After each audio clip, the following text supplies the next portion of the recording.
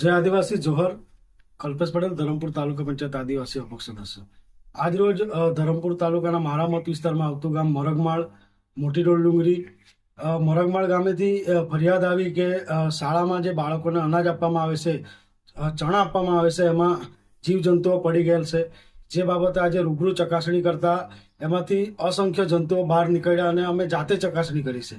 એક તરફ સરકાર જે આદિવાસી વિસ્તારોમાં કુપોષિત નાબૂદ કરવાની વાત કરે છે, અમારા આદિવાસી વિસ્તારમાં બિલકુલ પોકળ સાબિત થાય છે. અમારો આદિવાસી સમાજ ભલે ગરીબ હોય, શેર લાવીને શેર ખાતો હોય, પરંતુ આવું જીવજંતુવાળું અનાજ અમે ઢોરને પણ નથી ખવડાવતા. એવું અનાજ આ અમારા બાળકોને ખવડાવવામાં આવે છે, એ અમને બિલકુલ સ્વીકાર્ય નથી. આજે અમે રૂબરૂ ચકાસણી કરી અને એની પુષ્ટિ કરી છે. આવનાર સમયમાં તમામ અનાજ દરેક સ્કૂલોની ચકાસણી કરીને જે તે વિભાગમાં પુરવઠા અધિકારીની ઓફિસે લઈ જઈને આ તમામ અનાજ પરત સોંપીશું.